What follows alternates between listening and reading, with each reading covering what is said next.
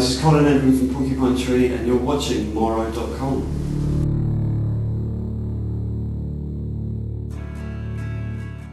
Well, I mean, actually, I come from quite a musical family, and my father played jazz guitar, so I grew up listening to Oscar Peterson and Herb Ellis and Joe Pass and all that kind of stuff. My older brother's a classical guitar player, and he's very accomplished, and he listens to a lot of Baroque music, like Mozart and the rest of it. And I've got two older sisters who just at the time loved disco music. So I've never got bored of hearing Chic or Sister Sledge or some of that stuff, but also they liked a lot of the late punk stuff, like the Stranglers, and that's kind of what hooked me into music, I think, was listening to things like the Stranglers, Police. Later on I discovered Magazine and Joy Division and Killing Joke and those kind of bands, and it's kind of a mishmash of all sorts of things, really. And in my experience, most musicians, they have quite a wide taste, or at least most of the people I play with. I mean, like I said, with Jeff, we had a shared interest in this North African music, which is something I didn't really appreciate until I went there. I went to Morocco for about 3 months, 1 year, and I was knocked out with what I heard and what was going on, and it was very natural to people. And the thing about, in England, we don't really have a folk culture. We're kind of embarrassed by it. We don't have folk music, or it's seen as a bit of a kind of niche embarrassment thing. But in a lot of these North African countries, it's kind of a natural expression. People, you go out, you get a taxi, and your taxi driver will take you to a cafe and get the bongos out, and he'd be really good, and they'll start singing, and it's something kind of pre-industrial almost, and that kind of fascinated me. So I have a fascination for African music as well, but that's something that's come later. But as far as playing the bass, I don't really just listen to bass players anymore. I listen to music the whole way, not just one thing. There's people I'd like to hear, and there's approaches that I favour, but I like to be surprised by stuff as well.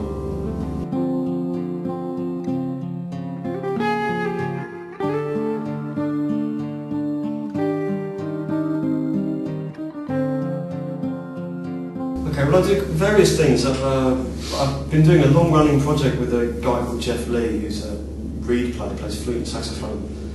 And Jeff is somebody I've known for about 10 years, and he's been around for a long time. In the 70s he was in a band called Henry Cow, and he's had this kind of long career playing some quite weird music, but I hit it off with him pretty well. So we had this shared interest in specifically North African Gnawa music, which is it's like a very primitive form of blues.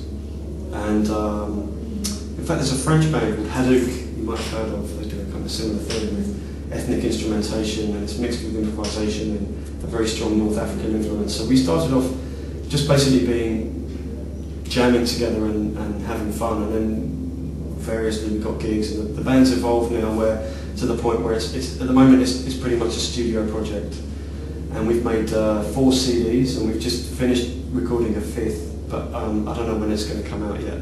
I mean, I can't really think about much else with this tour going until the end of the year, but that's in the can.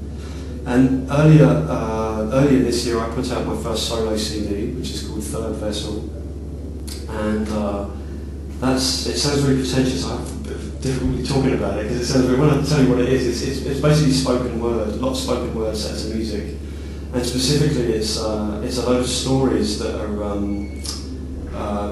they were Sufi stories. The Sufis, Islamic sect of Sufism, and they have a tradition of storytelling, and it involves stories that are, on the face of it, they're quite amusing, or quite, they're not heavy kind of parables or anything. They're just kind of quite light stories, but they might be a bit weird or a little bit unresolved.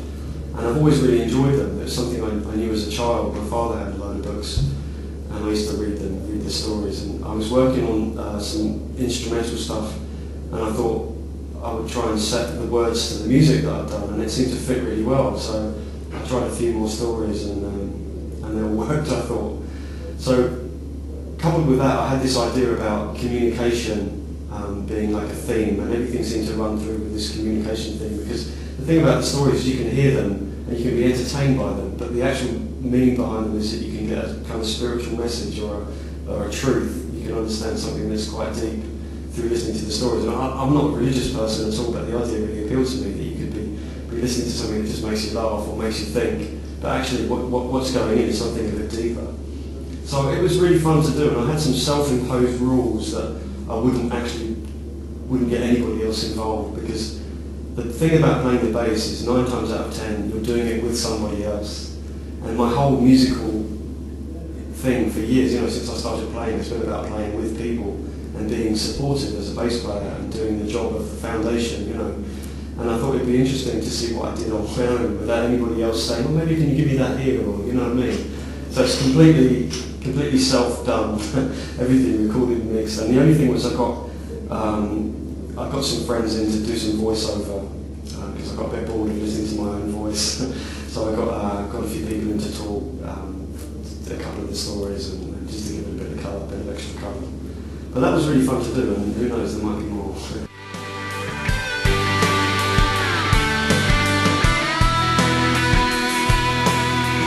Yeah, for sure. Yeah, no, it's funny how recently I've discovered, this might sound a bit boring, but I've discovered flat wound strings, which are like a really dull sound, and that's been quite interesting for me. That's something I tried out years ago and didn't like, and and also effects. I was never a big effects fan. I used to kind of avoid them, but now I've discovered, partially through having an interest in recording myself a lot more, that there's so much you can do. But I'm always surprising myself, I'm doing a U-turn on things that maybe I didn't like 10 years ago.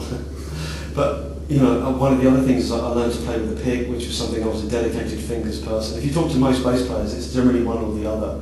Not always, but for most people. But I found for some things, the kind of aggression and the attack of the sound is something you just can't get with your fingers, really. And I think about sometimes, one of the things, I don't do it so much anymore, but I used to play the double bass, the contrebass, right, in French.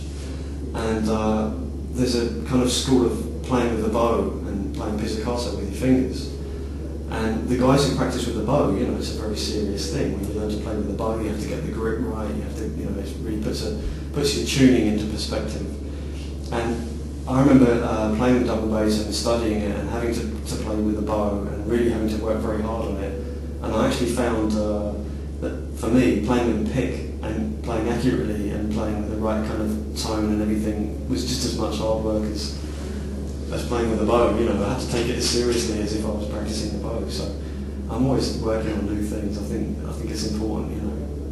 It's like asking a chef why cook the same meal. You can always find something else to do with it.